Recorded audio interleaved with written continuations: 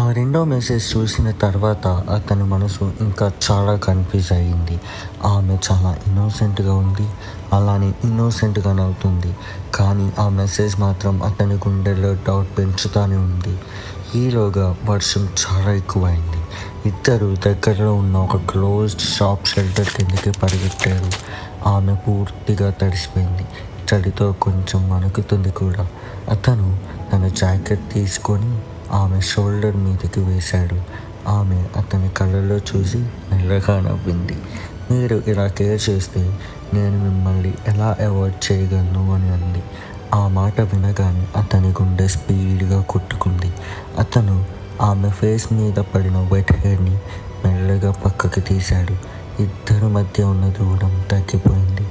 మాట్లాడలేవు, కానీ కళ్ళలో ప్రేమ కనిపించింది. అతను ఆమె దగ్గరికి వచ్చాడు. ఆమె కళ్ళు మూసుకుంది, కానీ ఆ క్షణంలో ఆమె అకస్మాత్తుగా కళ్ళు తెరిచింది.